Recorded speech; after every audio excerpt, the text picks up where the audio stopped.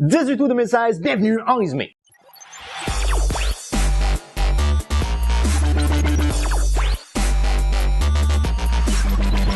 Bonjour à vous communauté, mon nom est Yves Lantier et bienvenue en résumé l'actualité avec une pointe d'humour et d'humanisme. Alors communauté, j'espère que vous avez passé une excellente semaine, bien entendu que vous avez profité de tout ce beau temps-là. Encore une fois, moi cette semaine ici à Montréal, il a fait excessivement chaud, je suis vraiment écœuré des températures chaudes. Puis là en plus, pour vraiment mettre la cerise sur le gâteau, il s'adonne qu'on a eu une panne d'électricité qui a affligé rien de moins qu'il y avait 25 000 abonnés ici sur l'île de Montréal et on a fait partie de ces 25 000 là au travail. Il faisait très chaud sans air climatisé, je peux vous jurer. J'ai quand même pris le temps de faire un selfie.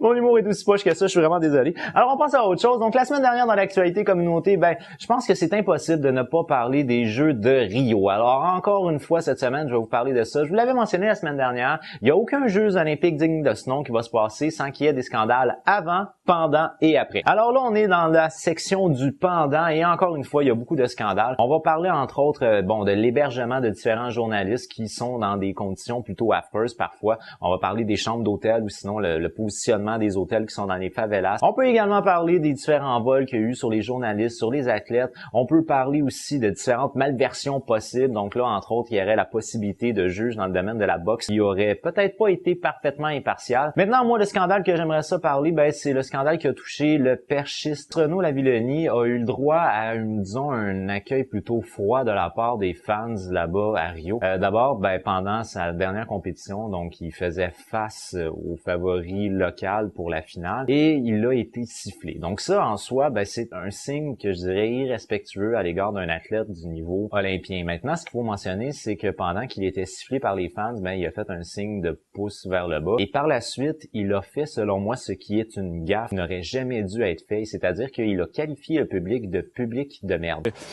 Ça fait chier d'avoir un public de merde comme ça sur des JO. Alors là, par la suite, lorsqu'il a reçu sa médaille, il a été hué sur le podium, ce qui semble avoir affecté l'athlète parce que il pleurait pendant qu'il recevait sa médaille. Alors je comprends que c'est tout à fait déplacé de la part des gens présents à Rio de huer un athlète professionnel qui reçoit une médaille et je suis à 100% d'accord avec ça. Par contre, il faut pas se cacher les choses. Je veux dire, quand tu qualifies quelqu'un de public de merde, il y a des fortes chances qu'ils t'en veulent puis qu'ils te le remettent. Alors je sais pas qu'est-ce que vous en pensez communauté. Est-ce que le public a été un peu trop cruel à l'égard de l'athlète? Est-ce qu'il méritait d'être sifflé et hué par la suite?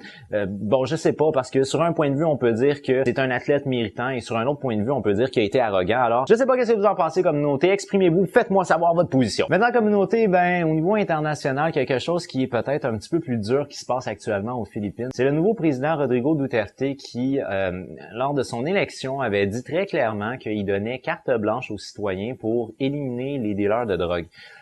Ce qui donne une espèce de justice sociale, mais vraiment très injuste. Alors, depuis cette déclaration-là et son élection, on parle de plus, en tout cas, c'est pas des chiffres officiels, mais on parle de plus de 1 millier de personnes qui auraient été abattues, soi-disant parce qu'ils sont suspectés d'être des dealers de drogue. Il y a entre autres une photo qui avait fait le tour du monde, qui avait attiré beaucoup de sympathie, dans laquelle on voyait une jeune femme qui serrait dans ses bras son copain mort, puis on voyait une pancarte par terre qui était inscrite comme quoi il était un dealer de drogue. Alors qu'on apprend plus tard qu'en fait, c'était un homme qui travaillait, en tant que cycliste, qui est comme un taxi, si vous voulez, là, et qui était un accro à la drogue, mais non un dealer de drogue. Alors, ça donne des justices qui ne sont pas nécessairement justices, c'est-à-dire qu'on suspecte quelqu'un, on le tire, puis on est comme blanchi de ça. Ça donne une série de meurtres comme ça dans la rue, beaucoup de violence. Alors là, je pense qu'on s'en va, mais vraiment pas dans le bon sens au niveau des Philippines, et j'ai vraiment peur de ce que ça peut donner à long terme, parce que c'est une justice sociale qui est totalement injuste, et franchement, c'est des scènes qui sont des scènes chaotiques dans les rues. En tout cas, selon moi, c'est horrible à voir. Maintenant, en guise de dernier sujet, je vais vous parler d'un autre guerrier qui lutte contre les dealers de drogue, qui est tout vêtu de blanc, s'appelle Pimpon, le petit lapin.